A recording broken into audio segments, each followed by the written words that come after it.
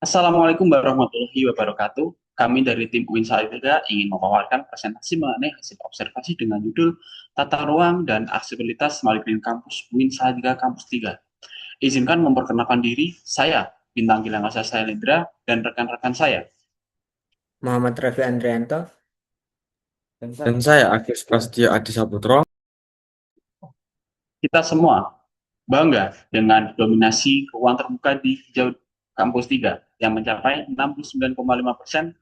Tapi tahukah kalian bahwa di balik keaslian ini, ekosistem kampus kita sedang menghadapi bom waktu, mulai dari bottleneck mobilitas akibat parkir yang overkapasitas, mahasiswa difabel yang terisolasi oleh hambatan anak tangga, hingga defisit resapan air yang mengancam siklus hidrologis.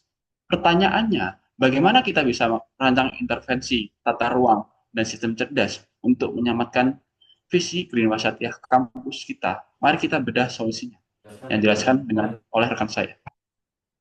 Oke, sebagai fondasi, Win Salatiga ini memiliki fondasi yang sangat kuat terhadap dominasi ruang terbuka hijau atau yang bisa disebut RTH. Dikarenakan area terbangunnya itu lebih sedikit daripada ruang terbuka hijaunya. Nah, dari mana kita bisa mendapatkan kesimpulan tersebut? Karena kita ini sudah memplotkan garis dari area-areanya di dalam Google Maps dan kita mendapatkan angka 0,670 hektar untuk area terbangun dan juga 1,525 untuk area terbuka. Nah, untuk mendapatkan rasionya, kita bisa mentotalkan semuanya menjadi 2,195. Sehabis itu, kita bisa membagikan antara area terbangun dengan total dikali 100%, hasilnya menjadi 30,5%. Begitupun dengan RTH, kita bagi dengan totalnya dikalikan 100%, menghasilkan 69,5%. Di sini kita bisa menarik kesimpulan bahwa kampus 3 ini masih didominasi oleh ruang terbuka hijau. Karena kan Win Salatiga itu sangat berpegang teguh terhadap Green Wasatiyah. Sebagaimana untuk selanjutnya, ke depannya, Win Salatiga ini akan mengekspansi lahan dan juga infrastrukturnya. Tetapi kita kita Win Salatiga itu masih berkomitmen memegang prinsip teguh Smart Green Campus. Oke, next. Di sini ada tiga titik krusial terhadap ekosistem kampus yang akan bisa menjadi hambatan-hambatan bagi mahasiswa dan juga seluruh kampus. Yang pertama ada bottleneck mobilitas dan parkir menjadi over. Yang kedua hambatan aksesibilitas vertikal dan yang ketiga defisit resapan air. Ternyata ini menjadi hambatan-hambatan bagi mahasiswa dan juga kenyamanan bagi kegiatan akademik pada di kampus. Next.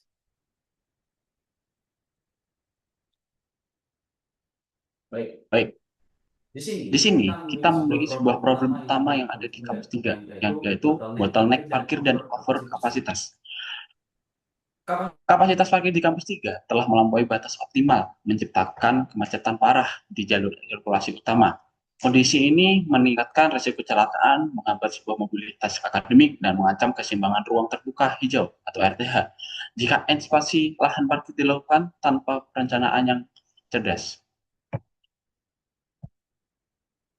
Baik, di sini kita memiliki sebuah solusi unggulan untuk kampus, yang dimana kita membuat sebuah IoT portal pintu parkir otomatis, yang dimana sistem gerbang parkir pintar berbasis IoT atau Internet of Things mengatur sebuah arus kendaraan secara real time berdasarkan kapasitas parkir yang tersedia, mewujudkan kampus hijau yang cerdas dan efisien. Dan di sini terdapat sebuah solusi yang dimana yang pertama itu reduksi bottleneck instan, yang dimana sensor IoT mendeteksi kapasitas parkir secara otomatis dan memblokir sebuah akses yang sangat penuh. Selanjutnya yaitu mencegah penumpukan kendaraan di titik masuk utama dari kampus Unisal 3. Untuk selanjutnya yaitu aliran lalu lintas yang lancar. Sistem routing cerdas mengarahkan kendaraan ke zona parkir alternatif secara real time, menjaga kelancaran sirkulasi tanpa mengorbankan sebuah ruang hijau terbuka hijau yang ada di kampus.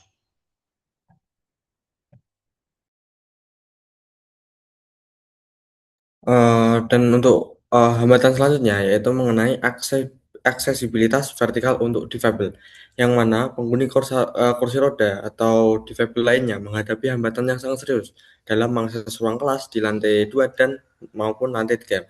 Akibat ketergantungan pada tangga, kondisi ini melanggar prinsip universal design dan nilai inklusif kampus serta bertentangan dengan semangat Grenwa Satya yang berkeadilan. Nah, untuk bukti-bukti atau data kita yaitu sebagai berikut, yang mana ada seorang mahasiswa yang mengalami tunanetra dan menggunakan kursi roda. Nah, untuk saran atau rekomendasi untuk menanggulangi hal tersebut, yaitu relokasi ruang fungsional ke lantai satu, yang mana seperti ruang kelas, laboratorium, fasilitas umum dipindahkan ke lantai satu guna memastikan akses setara bagi pengguna kursi roda tanpa ketergantungan pada tangga. Nah, untuk kenapa begitu? Supaya efisiensi, yang mana tanpa melibatkan konstruksi berat. Solusi manajemen ruang cerdas ini tidak memerlukan renovasi struktural besar, cukup penataan ulang zona fungsi untuk mendukung mobilitas setara dan akreditas kampus inklusif. Nah, untuk yang ketiga, yaitu problem dalam resepan air dan keseimbangan hidrologis, yang mana di bagian sebelah utara, antara lain yaitu kampus FTIK dan kampus dakwah, itu mengalami kebanjiran yang pada video tersebut. Di video ini itu banjir di bagian utara FTIK, gedung FTIK. Nah, solusinya yaitu mungkin membuat resapan air di bagian utara FTIK.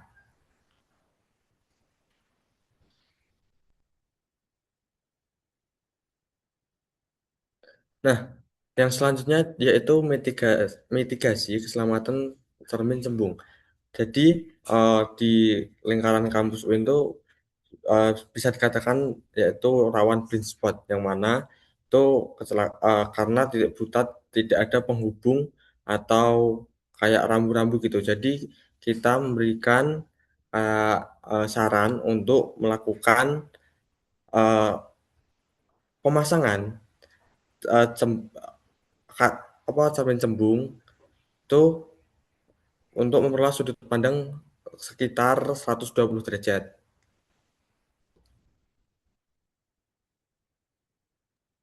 Nah, di sini ada rekap dan juga kesimpulan dari saran-saran dan saran kita untuk kita diajukan kepada kampus untuk bisa diselesaikan. Yang pertama ada IoT parkir otomatis, ya jelas ini untuk mitigasi over kapasitas parkir pada daerah kampus. Yang kedua, zona inklusif lantai satu untuk kita memberikan akses yang lebih untuk mahasiswa-mahasiswa yang mempunyai keterbatasan seperti yang pemakai kursi roda tadi dan juga yang tunanetra. Yang ketiga adalah ruang resapan air yang menjadi mitigasi untuk kita mencegah banjir di area FTIK ketika air curah hujan itu meningkat.